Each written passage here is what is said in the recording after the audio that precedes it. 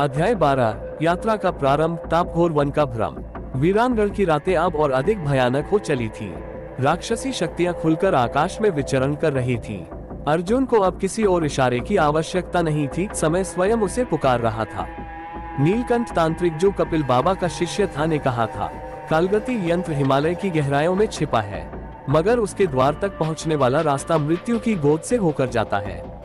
और यात्रा शुरू हुई। अर्जुन, अनिका, नीलकंठ और 2 अन्य साधक वीरानगढ़ से उत्तर दिशा की ओर निकल पड़े। तापघोर वन, जहां समय और चेतना दोनों खो जाते हैं। दूसरे ही दिन उन्होंने प्रवेश किया तापघोर वन में। यह कोई साधारण जंगल नहीं था। यहाँ पेड़ सांस लेते थे, पत्ते कानों में फुसफुसाते और धरती स्वयं जीवित थी। जैसे ही दल ने जंगल में प्रवेश किया, वातावरण बदल गया। हवा गाढ़ी हो गई और सूर्य की किरणें धरती तक नहीं पहुंच पा रही थी। यहाँ हर किसी को अपने भीतर छुपे सच से लड़ना पड़ता है, नीलकंठ ने चेताया। भ्रम की शुरुआत। कुछ ही दूरी चलने के बाद अर्जुन ने देखा कि अनिका कहीं दिखाई नहीं दे रही थी। चारों ओर अजीब धुंध छा गई थी। लेकिन तभी एक आवाज आई, पिता। अर्जुन चौंका। वह आवाज उसके बचपन में खोई हुई बेटी की थी, जिसे उसने कभी देखा भी नहीं था। उसने पीछे मुड़कर देखा, एक छोटी बच्ची खड़ी थी, उसकी आंखों में आंसू और हाथों में एक गुड़िया। पिता, आप मुझे छोड़कर क्यों चले गए थे? अर्जुन का शरीर जमसा गया। ये मेरा अतीत नहीं हो सकता। लेकिन तापघोर वन यही करता था। वह आत्मा की सबसे गहरी परतों में दबे अपराध बोध, पछतावे और अधूरे रिश्तों को उभारता था। अनिका की परीक्षा। दूसरी ओर अनिका को उसकी मृत माँ दिखाई दी, जो उसे झिड़क रही थी। तू मेरी औलाद नहीं, तू एक अपशगुन है। अनिका की आंखों से आंसू बह निकले।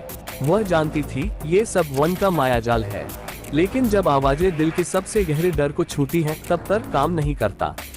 नीलकंठ का बचाव और जंगल का क्रोध। नीलकंठ ने मंत्रों से एक सुरक्षा घेरा बनाया। ओम वज्रकोचाय नमः, अग्निपथ रक्षतु मे देहि।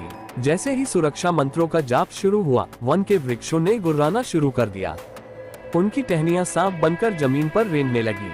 अर्जुन और अनिका को बचाने के लिए नीलकंठ ने अपने शरीर से रक्त की आहुति दी। रक्त की एक बूंद जमीन पर गिरते ही जंगल थम गया। शायद यह वन केवल त्याग से शांत होता था।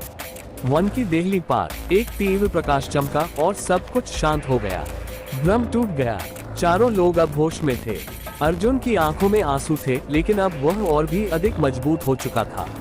तापघोर वन ने मुझे तोड़ा नहीं, मुझे खुद से जोड़ दिया है।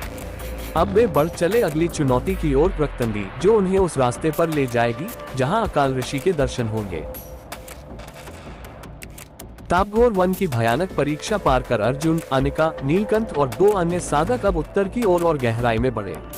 वातावरण अब ठंडा नहीं था, बल्कि और भी अधिक असहज।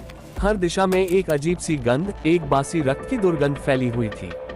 नीलकंठ ने कहा, अब हम उस स्थान पर पहुंचने वाले हैं जहां देवताओं और राक्षसों के मध्य अंतिम महासंग्राम हुआ था, और उसी संग्राम की रक्तधारा आज भी बह रही है। रक्तंदी।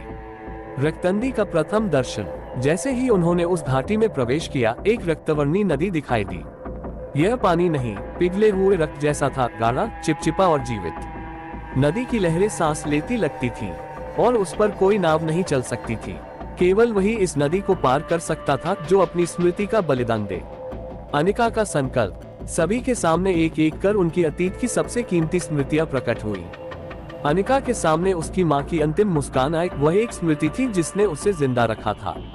पुजारी आकृति प्रकट हुई और बोला, ये स्मृति छोड़ दो और नदी तुम्हें पार देगी, वरना तुम्हारी चेतना इसी रक्त में सड़ जाएगी। अनिका कांपी, लेकिन उसने आंखें बंद की और बोली, माँ, मुझे क्षमा करना, तुम्हारी याद अब मेरी राह की बाधा बन रही है। और स्मृति आहिस्ता आहिस्ता उसकी आत्मा से बाहर निकल गई। नदी ने उसे पार दे दिया। अर्जुन की सबसे कीमती स्मृति। अब अर्जुन के सामने उसका छोटा भाई वेदांत खड़ा था, जो बचपन में एक दुर्घटना में मारा गया था। उसकी स्मृति ही अर्जुन की ताकत थी। वह आवाज आए, इसे भूल जाओ, तभी मार्ग खुलेगा। अर्जुन कांपा। वेदांत, तू ही तो मेरी आत्मा था। लेकिन फिर उसने आहिस्ता से सिर झुकाया। उसकी आंखें नम थीं। भाई, अब इस दुनिया को बचाना मेरी जिम्मेदारी है। तुम्हारी याद को छोड़ना पड़ेगा।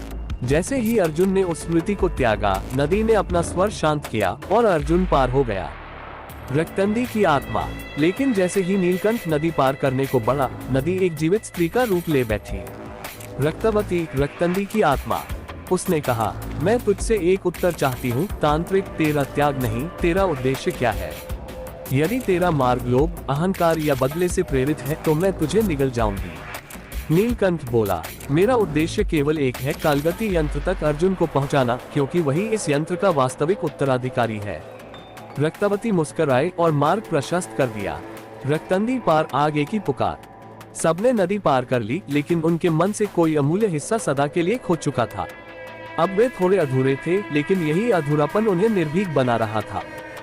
अब उनके सामने अगला मार्ग था, चैतन्यपुर, वह नगर जहां मृत आत्माएं जीवित हैं, और यहीं उन्हें मिलेगा प्रलयगामी का पहला संकेत। अगले अध्याय में चैतन्यपुर का रहस्य, मृत आत्माओं की पुकार और अर्जुन की चेतना को तोड़ने वाला सबसे गहरा मानसिक हमला।